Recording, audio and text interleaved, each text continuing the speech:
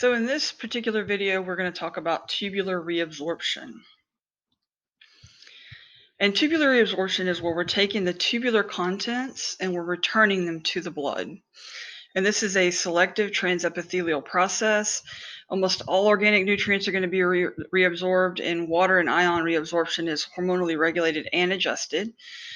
And this is going to include both active and passive tubular reabsorption. So active tubular reabsorption is going to require energy.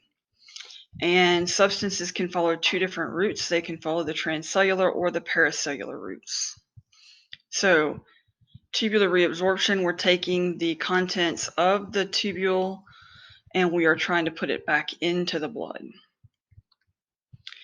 So the transcellular route, the solute's going to enter the apical membrane of the tubule cells, and that apical membrane is the membrane that faces on the inside of the tubule.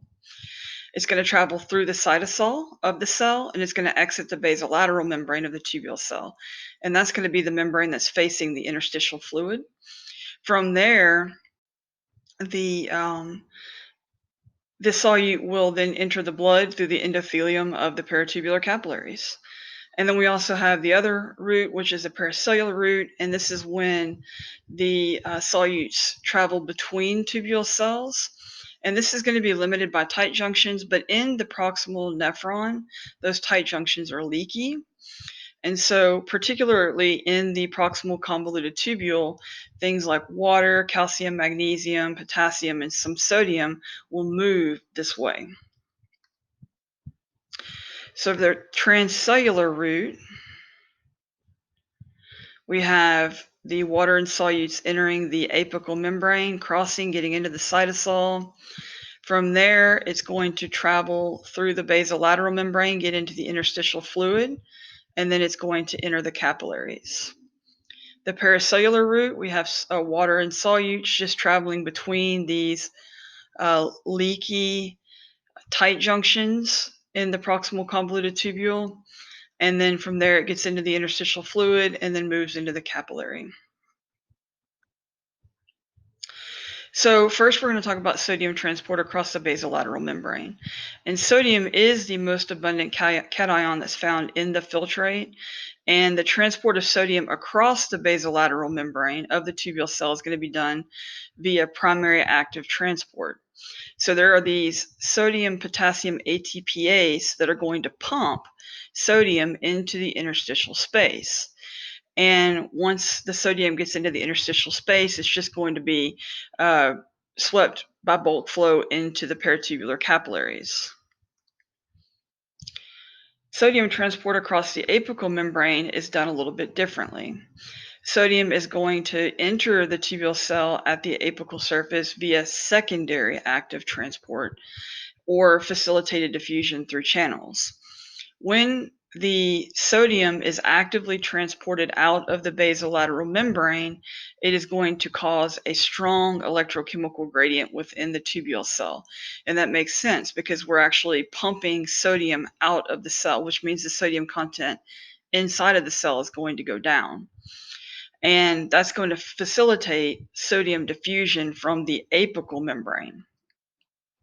Potassium is going to leak out of the cell into the interstitial fluid, and that's going to leave a negative charge inside of the cell, which also acts to pull sodium into the cell. Sodium reabsorption by primary active transport provides the energy and means for reabsorbing almost every other substance. So this is, again, we're still talking about secondary active transport. And that electrochemical gradient that's created by pumps at the basolateral surface actually gives a push that's needed for the transport of other solutes. Organic nutrients are going to be reabsorbed by secondary active transport, are going to be co-transported with sodium.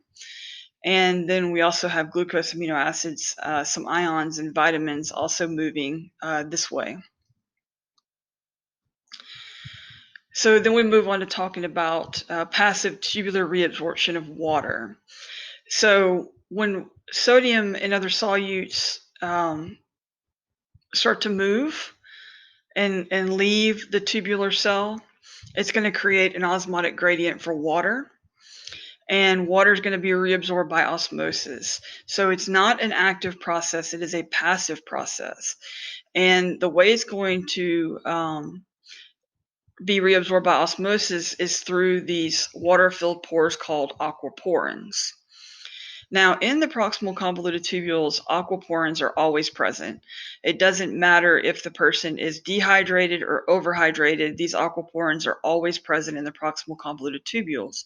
And this is going to be called obligatory water reabsorption. Now, we also have another type of water reabsorption called facultative water reabsorption, and this is when aquaporins are inserted into the collecting ducts, but this is going to be done only if ADH is present. We have passive tubular reabsorption of solutes, so the solute concentration in the filtrate is going to increase as water is reabsorbed, and that makes sense. So we have a certain amount of water in the filtrate and a certain amount of solutes in the filtrate, but if you start taking the water out of the filtrate, the concentration of solutes is going to increase. So, and this is what this is saying. This creates a gradient for solutes, which is just going to drive their entry into the tubule cell and then the paratubular capillaries. Fat-soluble substances, some ions and urea will follow into the paratubular capillaries down their concentration gradients. So we have sodium, potassium ATPase right here. So sodium is being actively pumped out. Potassium is being pumped in. Now, potassium is also leaving the cell, okay? These two things, both sodium being pumped out and potassium leaving, is going to create an electrochemical gradient within the tubule cell. This is going to drive sodium into the cell from the apical membrane. It's also going to help drive glucose, amino acids, some ions, and vitamins into the cell. We also have water reabsorption, and this is going to be done with the help of aquaporins, which is what these are right here. And water is going to be reabsorbed. And then we're going to have lipid-soluble substances going through by the transcellular route, and then other ions and urea are going to diffuse by the paracellular route, again through the leaky tight junctions. We have this concept of transport maximum. So transcellular transport systems are going to be limited and specific. And there's a transport maximum that exists for almost every substance that's reabsorbed. And what this does is this reflects the number of carriers in the renal tubules that are available. And when these carriers for a particular solute become saturated, the excess is going to be excreted in urine. So for example, somebody who has hyperglycemia means this has high blood glucose levels, and these are going to exceed the transport maximum. And as a result, glucose ends up in the urine because it cannot be reabsorbed. We have the proximal convoluted tubule is the site of most reabsorption. All nutrients such as glucose and amino acids are reabsorbed. About 65% of water and sodium is reabsorbed, many ions, almost all the uric acid, and about half the urea. Now the urea is going to be secreted back into the filtrate later, which we're going to talk about when we talk about urea recycling or urea cycling. And then we have the nephron loop. And if you remember from the nephron loop, there's a descending limb and an ascending limb. In the descending limb, only water can leave, solutes cannot. In the ascending limb, water cannot leave, but solutes can. The thin segment of the ascending limb is going to be passive to sodium movement. The thick segment has symporters and antiporters that are going to transport sodium into the cell. And then some sodium can pass into the cell by the paracellular route in this area of the limb. With the distal convoluted tubule and collecting duct, reabsorption is going to be hormonally regulated in these areas. And this is where we talk about ADH. So if you remember, ADH is released by the posterior pituitary gland. That was from chapter 16. And it's going to cause the principal cells of the collecting ducts. Remember, principal cells are one of the two types of cells of the collecting ducts. It's going to cause these cells to insert aquaporins into the apical membrane.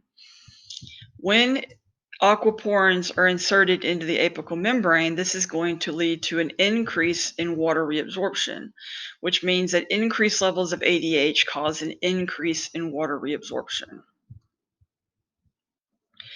Aldosterone targets collecting ducts and the distal portion of the distal convoluted tubule. It promotes the synthesis of apical sodium and potassium channels and basolateral sodium-potassium ATPases for sodium reabsorption. And again, water is going to follow. So because of the fact that we are inserting these sodium-potassium ATPases, lots of sodium is being reabsorbed. So as a result, very little is going to leave the body. Without aldosterone, the daily loss of filtered sodium would be about 2%, which is not compatible with life. And the functions of aldosterone are to increase blood pressure and decrease potassium levels. Atrial natriuretic peptide is going to reduce sodium, which is going to result in a decreased blood volume and a decrease in blood pressure. It's released by cardiac atrial cells at the blood volume or blood pressure is elevated. And then finally, we have parathyroid hormone, which is going to act on the distal convoluted tubule to increase calcium reabsorption. And so that's what we are looking at here. This diagram summarizes everything I just went over in the last 5 slides. So we have the proximal convoluted tubule, and we're looking at the blue right now. Don't look at the green. That's for actually the next video. But we have the proximal convoluted tubule, 65% of filtrate volume is going to be reabsorbed, which is going to be water, sodium, bicarbonate, glucose, amino acids. We go to the nephron loop, and in the descending limb, this is only permeable to water. We go all the way back up, and we have the ascending limb, and this is going to be permeable to solutes. Sodium, potassium, chloride. We move to the distal convoluted tubule, and this is going to be hormonally regulated. And I'm trying to find my cursor. There we go. So the reabsorption of sodium is regulated by aldosterone, and the reabsorption of calcium is going to be regulated by parathyroid hormone. And then in the collecting duct, we're going to have reabsorption of water, which is regulated by ADH, sodium, which is regulated by aldosterone, and then urea, which, again, we're going to talk about a little bit later. This table just summarizes everything we have talked about in this video pretty much. This goes over the tubule segment, the substance or substances that are reabsorbed, and the mechanism by which the reabsorption occurs. So we start off, we have the proximal convoluted tubule, moves on to the nephron loop, distal convoluted tubule, and collecting duct. So this really just kind of summarizes the material very nicely. These are the questions for this video. This is all I have for you. Have a good day.